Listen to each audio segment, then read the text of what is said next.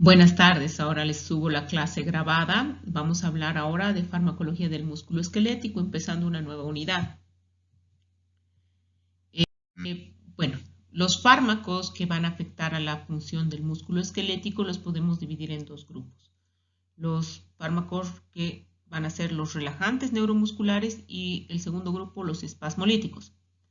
Los relajantes neuromusculares son aquellos fármacos que se usan para relajar, para producir una parálisis, una relajación completa de los músculos, para facilitar los procedimientos en terapia intensiva, es decir, la intubación, la aspiración de secreciones. Ya son fármacos especiales y que coadyuvan el trabajo en terapia. Este grupo de fármacos nosotros no vamos a tratar, porque son fármacos específicos para terapia intensiva. En cambio, el segundo grupo son los espasmolíticos que se utilizan para manejo de la espasticidad.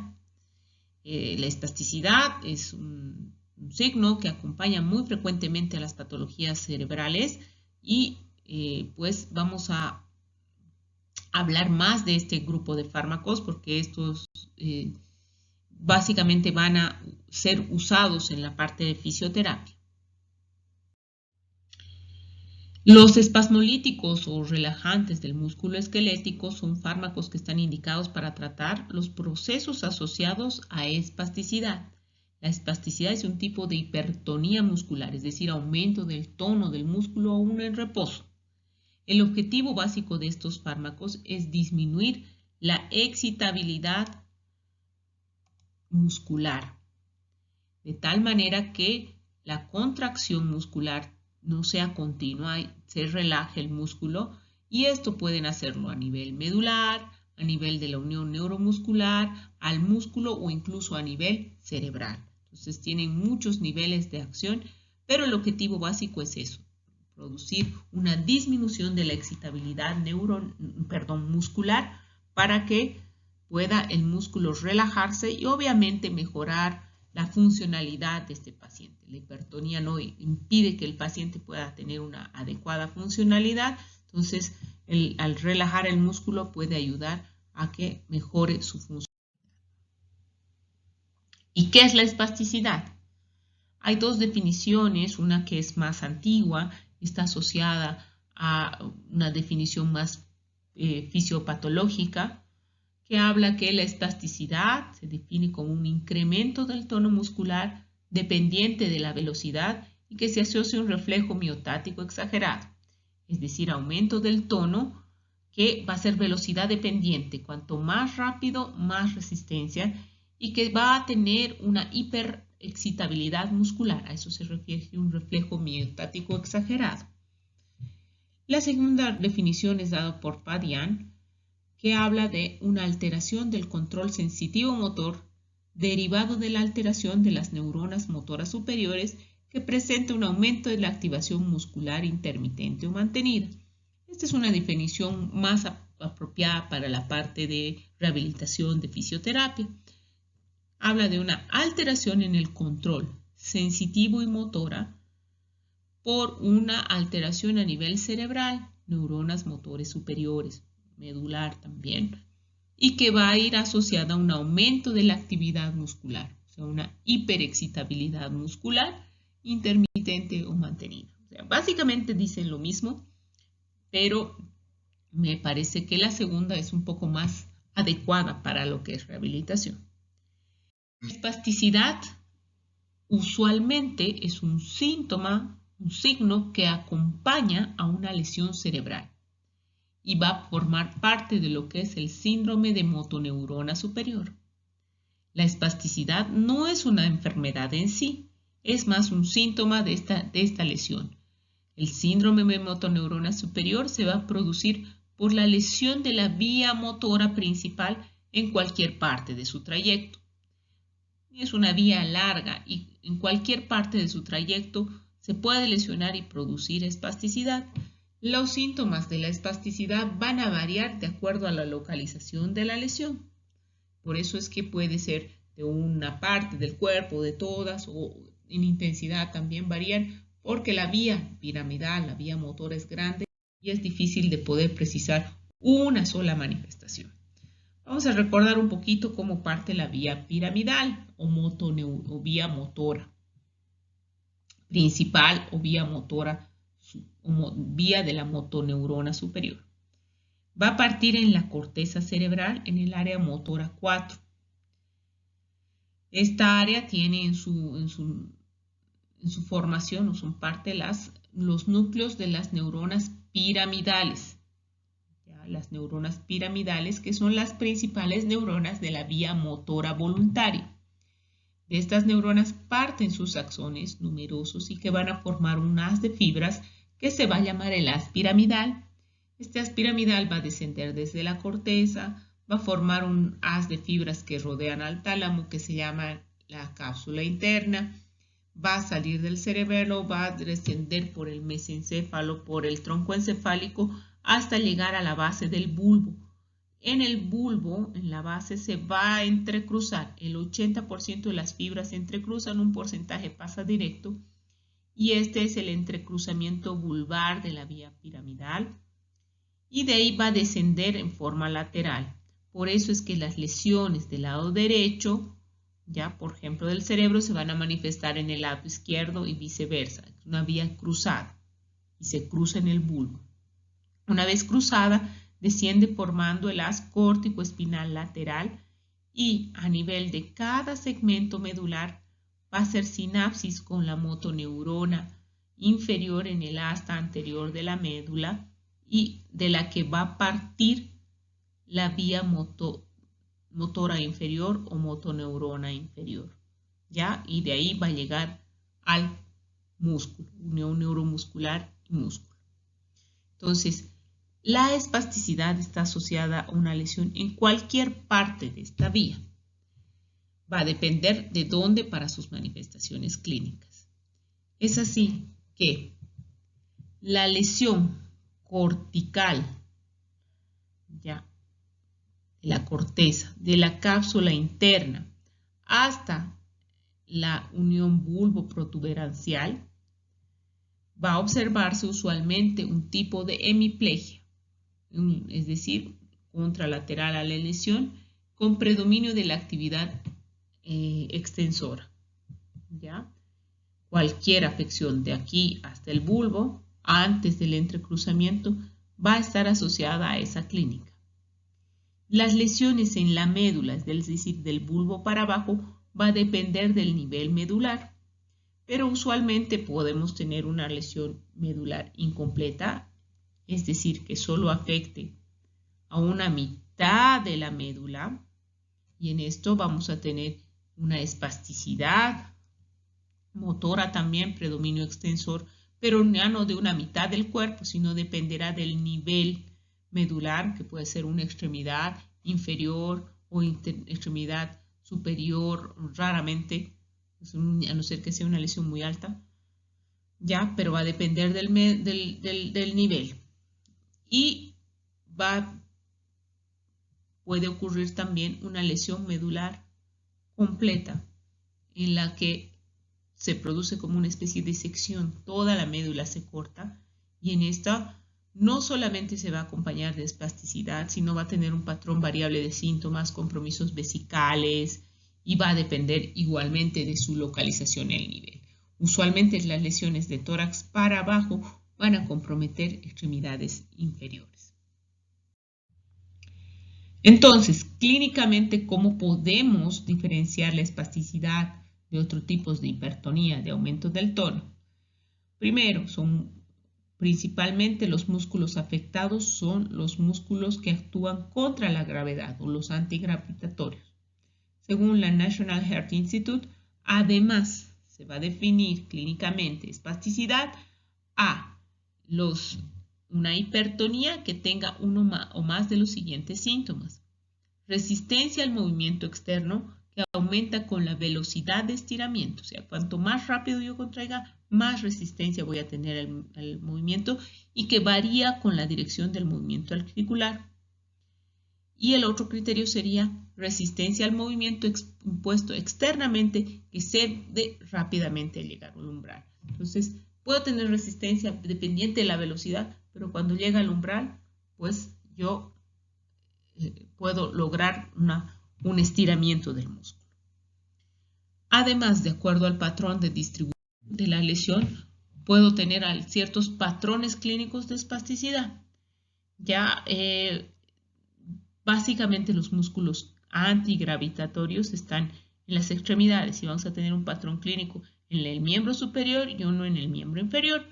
En el miembro superior generalmente vamos a tener una aducción y rotación interna del codo, del hombro, perdón, una flexión del codo, flexión de la muñeca, los dedos en garra, el puño cerrado y el pulgar incluido dentro de la palma. Ya es muy típica esa postura que puede ser en un solo lado o bilateral. En el miembro inferior, perdón, aquí dice superior, los pies equinos o equinovaro, es decir, en punta y desviado hacia adentro, garra digital en los pies, hiperextensión del primer dedo del pie, aducción de los muslos, ¿ya? Cadera también con aducción y flexión, en algunas ocasiones extensión, pero lo más frecuente es flexión de las rodillas. Entonces es una postura muy típica de espasticidad. Entonces, como ven, estas posturas y estos patrones clínicos de espasticidad no permiten al paciente tener una adecuada. Entonces, eso hace que requiera un tratamiento. Las causas de espasticidad van a variar dependiendo si son niños o adultos.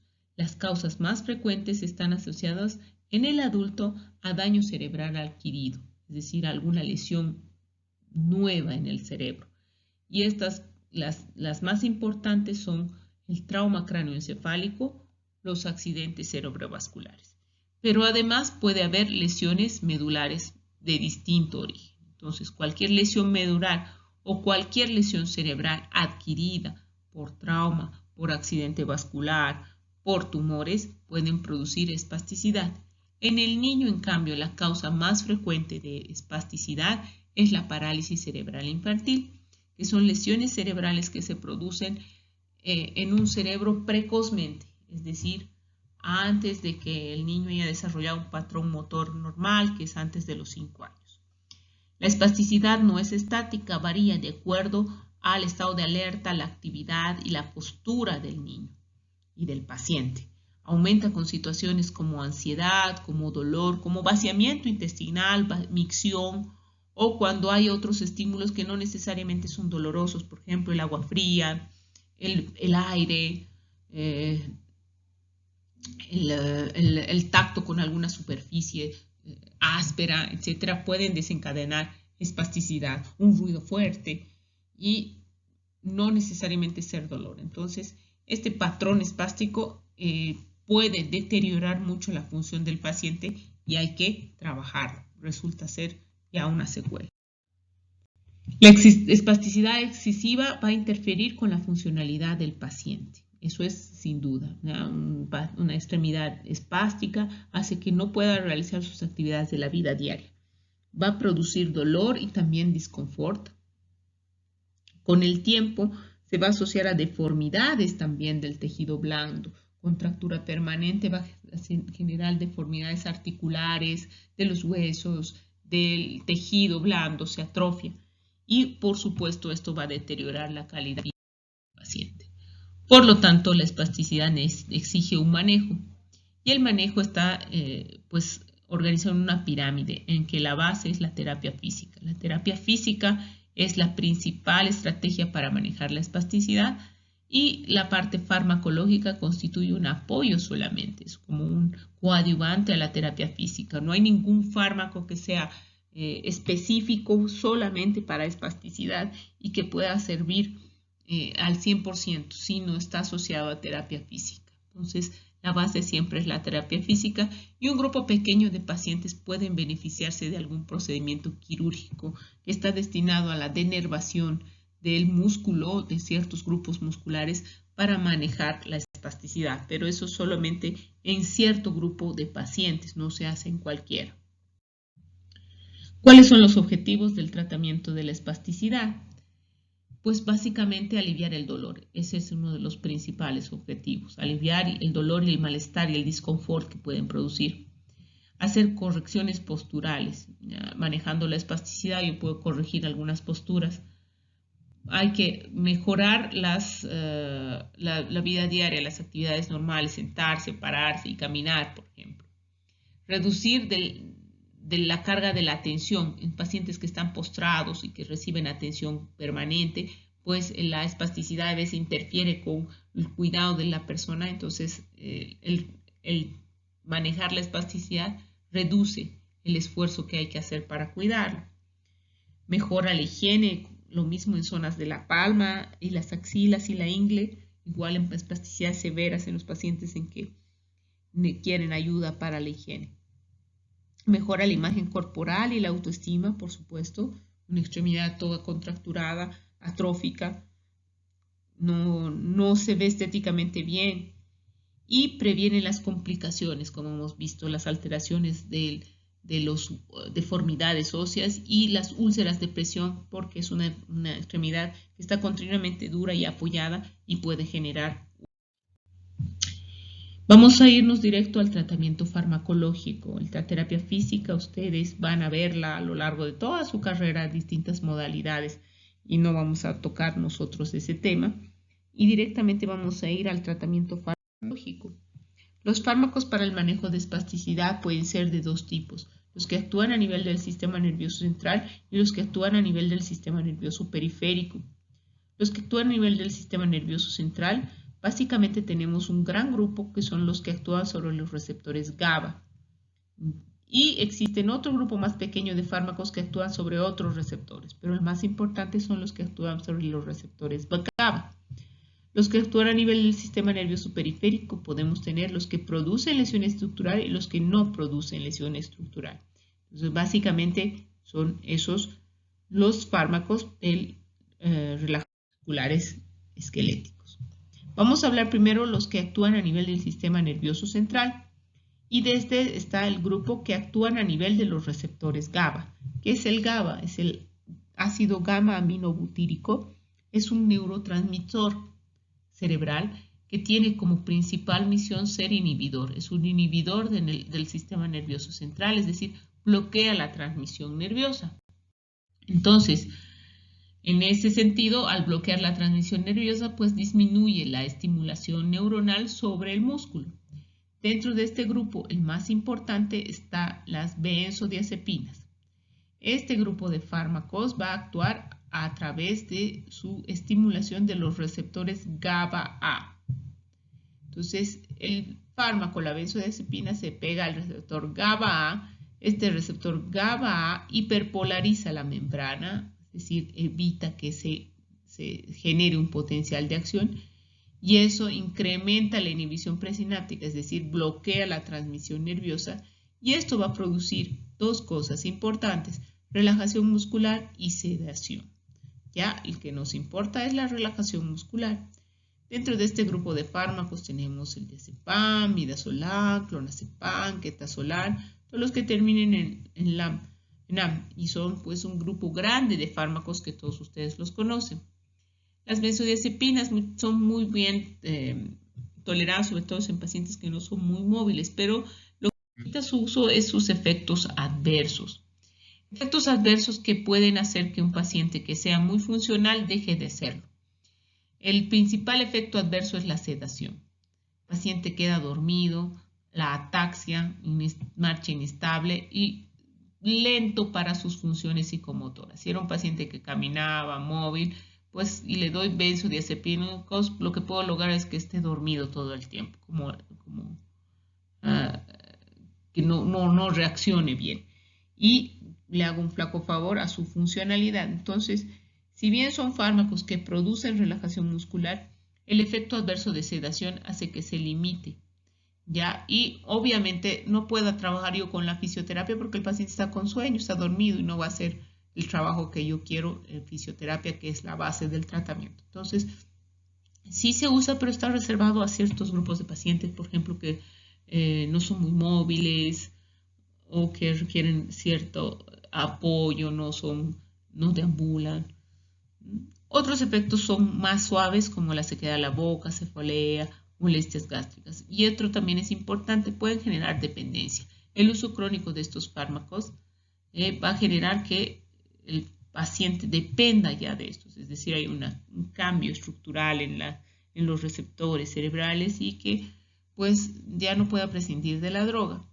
Si yo le retiro bruscamente, puede aparecer signos de abstinencia que van desde cefalea, vómitos, náuseas, agitación, hasta aumento de la espasticidad.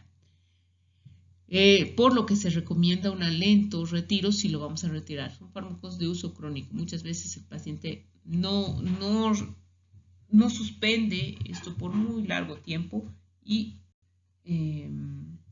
al contrario, a veces requiere de incrementos progresivos de dosis. Otro fármaco que actúa sobre los receptores GABA es el baclofen. El baclofen constituye actualmente la primera línea para el manejo de la espasticidad. El baclofeno es un análogo químico del ácido gamma-aminobutírico, es decir, es su pariente, su primo, es igualito, tiene la misma estructura. Pero el baclofen va a actuar sobre otros receptores que son los GABA-B. Estos GABA-B están en la asta posterior de la médula y lo que hacen es provocan una inhibición de la transmisión monosináptica extensora y polisináptica flexora, o sea, va a producir una división un poco más ampliada, principalmente de los músculos extensores, ya lo cual hace que sea un excelente fármaco para producir relajación muscular, pues no penetra tanto a nivel sistema nervioso central como en las benzodiazepinas. Además, se ha visto que puede aumentar un poco la sustancia P, lo cual inhibe la nocicepción, o sea, podría tener cierto efecto analgésico. Es muy bien absorbido vía oral, pero sus concentraciones son bajas en el órgano blanco, que es médula, sistema nervioso, porque es muy poco soluble en lípidos, por lo tanto, se logra tener el efecto deseado por la concentración que logra tener en médula. Es una excelente alternativa para manejo de la especificidad de por lesión medular y, como les digo, en la actualidad es la primera línea. No vamos a obtener mucha respuesta a los fármacos, todos tienen limitada acción, pero el baclofen es la primera línea. En otro medio no lo contamos, pero es la primera línea para indicar en tratamiento de espasticidad. ¿Efectos adversos tiene? Pues los efectos adversos son un poco menos frecuentes que con las benzodiazepinas y está la somnolencia, el vértigo, la hipotensión, la debilidad, la fatigabilidad, la alteración de la memoria y la atención. Y en dosis altas por tiempos prolongados a veces puede haber psicosis, confusión, depresión e incluso crisis convulsivas. Ya más raramente descrito, pero puede haber. Los efectos adversos no son tampoco muy usuales. Una de las dificultades que tiene el baclofen para llegar al sistema nervioso central es que se ha visto esta alternativa, que es el uso de baclofen intratecal, es decir, colocar directamente el medicamento, en este caso baclofen, a nivel de el espacio subdural, ¿ya? Para que de esa manera pueda inhibir directamente a la médula, ¿ya? Y no pasar por el estómago y demás. Entonces, para esto se utiliza este sistema que es como una bomba de administración, como un marcapaso eléctrico, ¿ya? Y programado, sincronizado con computadora. Entonces, acá se le vacía la ampolla, no sé, una cantidad X de la ampolla, y el medicamento se va a lanzar directamente al sistema nervioso, en este caso a nivel subdural, y va pues ejercer un efecto. Esto funciona con una batería que dura buen tiempo y en realidad es muy bien tolerado. Las complicaciones son bajas, 15 a 20% de los pacientes van a tener alguna complicación por la instalación de esta bomba, como ser meningitis, infección del catéter, etc. Pero es una excelente alternativa para reducir la espasticidad, principalmente en extremidades inferiores.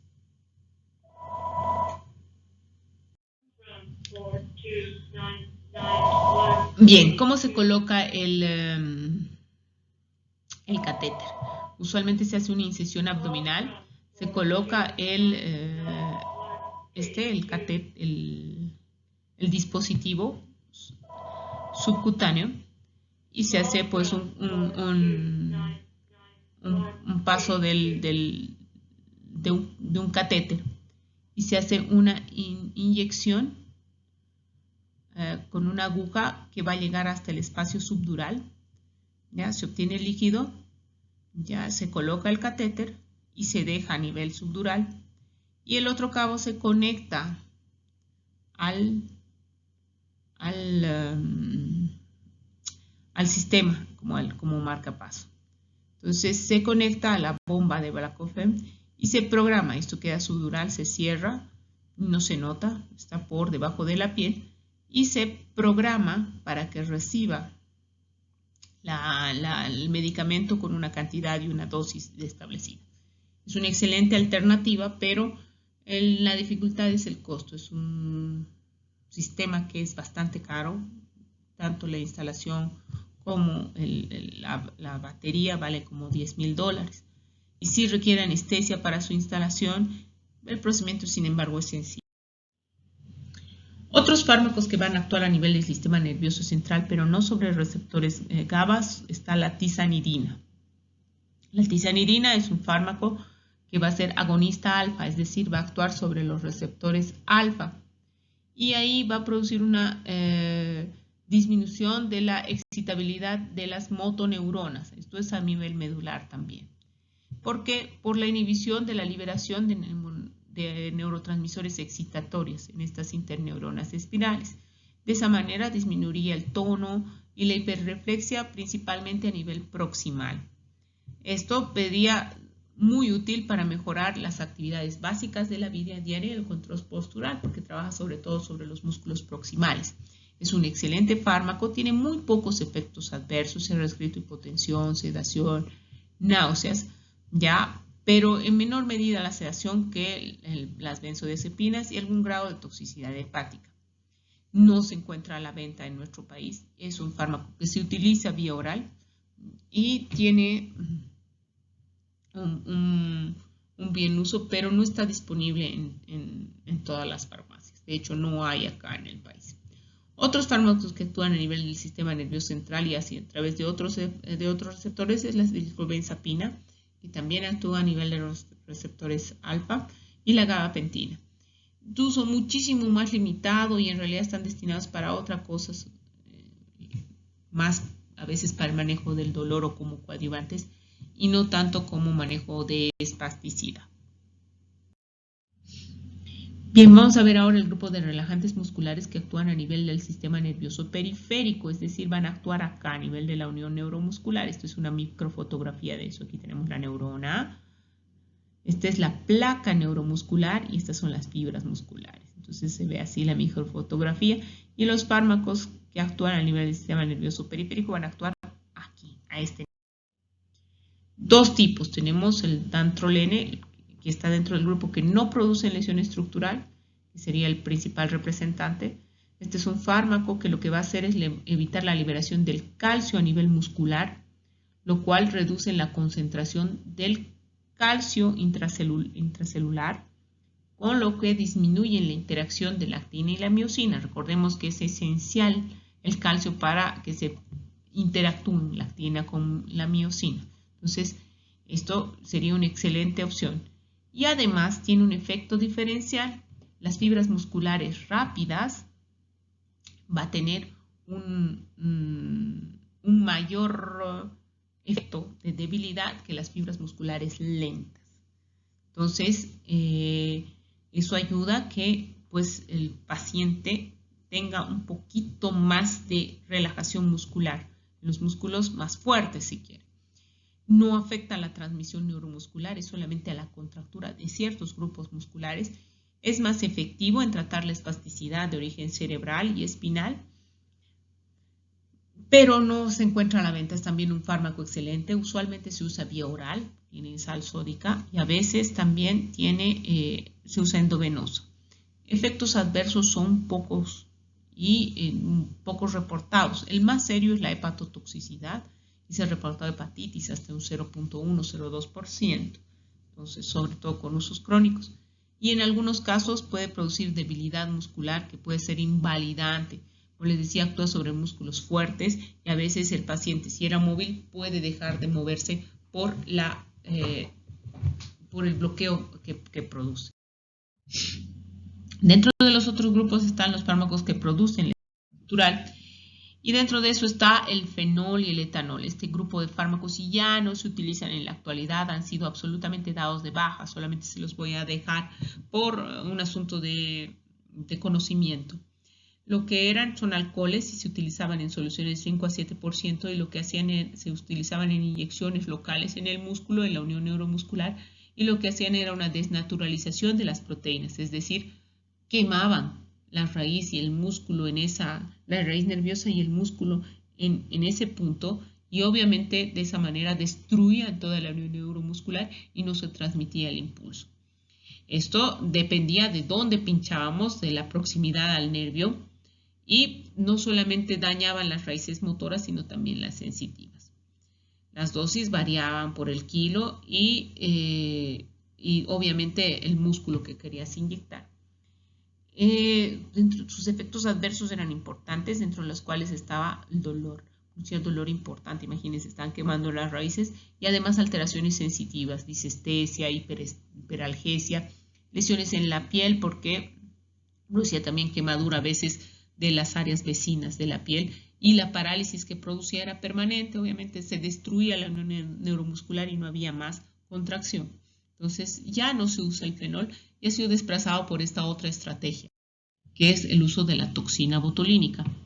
La toxina botulínica es una neurotoxina que causa el botulismo, producida por un germen, una bacteria que es el Clostridium botulinum. Y lo que producía el Clostridium botulinum es una parálisis muscular severa. De estos han sacado 8 serotipos y de ese serotipo el más importante es el serotipo A, que es el muy conocido Botox, que es el más potente de todos y es el que más de acción más prolongada, es que él se usa comercialmente. ¿Qué es lo que hace esta neurotoxina, esta toxina? Impide la liberación de acetilcolina en la unión neuromuscular, lo cual produciría parálisis o paresia del músculo inyectado, se coloca en inyección.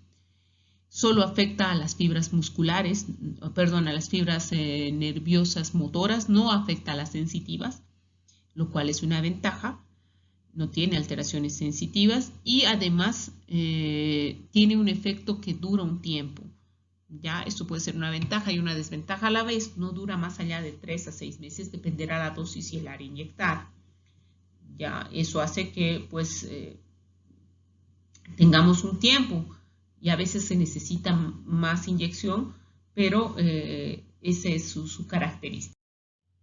¿Cómo funciona? Aquí este es un gráfico y vamos a tener las neuronas, la unión neuromuscular, el músculo que va a tener sus receptores de acetilcolina y la neurona que tiene sus vesículas de acetilcolina. Entonces, normalmente el estímulo llega a la neurona y hace que las vesículas se peguen a la unión neuromuscular, la parte de la unión, liberen la acetilcolina y esta se interactúe con el músculo para producir su contracción.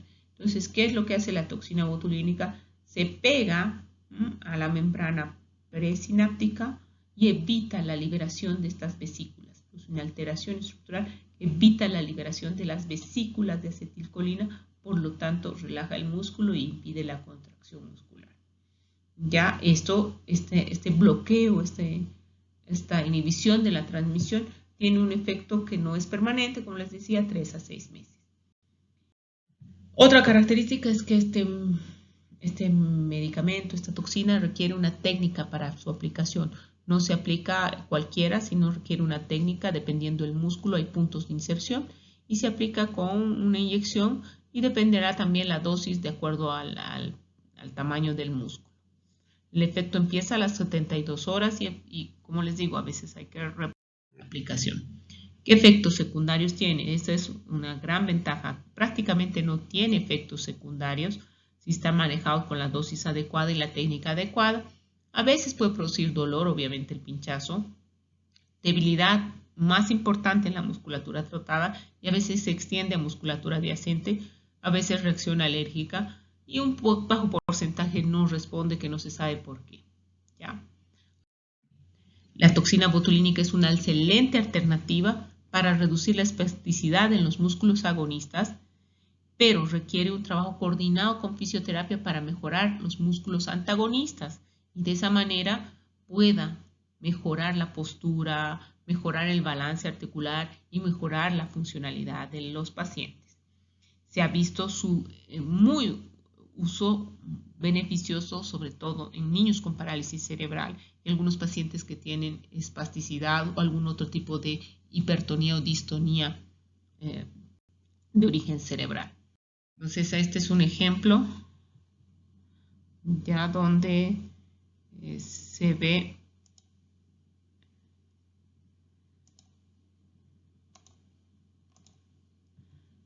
cómo funciona la toxina botulínica en un paciente con parálisis cerebral. A ver, ojalá que podamos verlo ahí. Entonces, vean la imagen de ese lado. Es un paciente con parálisis cerebral. Miren el pie en punta, equino, flexión de las rodillas. No logra hacer un buen balance articular, no logra hacer una buena marcha. Entonces, eso es antes de la toxina.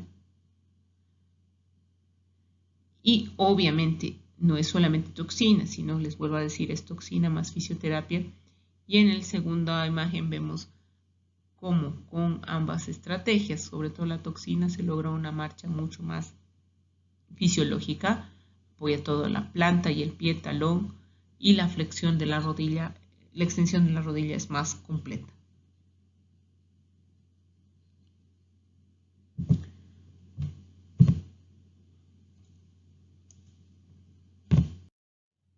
Bien, esta es una tabla donde están un resumen de todos los fármacos que se utilizan, las indicaciones, cómo se administran, los efectos secundarios y algunas contraindicaciones.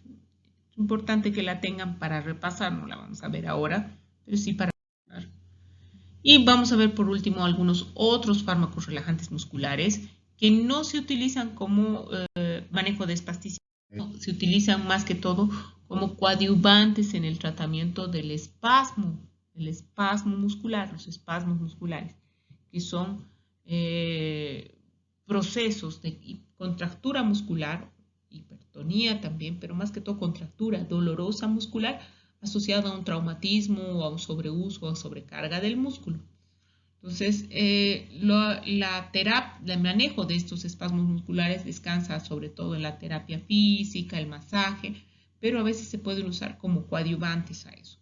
Ya lo que hacen es igual disminuir la actividad refleja polisináptica a través de esa acción sobre las motoneuronas alfa y producen relajación muscular. Uno de los puede pasar a nivel del sistema nervioso central y llegar al cerebro y producir algo de sedación. Por lo tanto, hay que tener cuidado porque si el paciente es conductor, por ejemplo, o es activo, pues le puede dar un poco de sueño. El uso de estos fármacos es corto, usualmente se usan no más allá de una semana. Su uso prolongado también puede generar dependencia y adicción y usualmente de este grupo está clormesanona, el carisoprodol, la ciclobenzaprina, que estos fármacos vienen asociados usualmente en el mercado a un analgésico. Y está el Clofenac Relax, todo lo que tenga Relax en su terminación generalmente va a tener asociado uno de estos fármacos. No sirven para el manejo de la espasticidad, es más bien para los espasmos musculares, traumáticos o post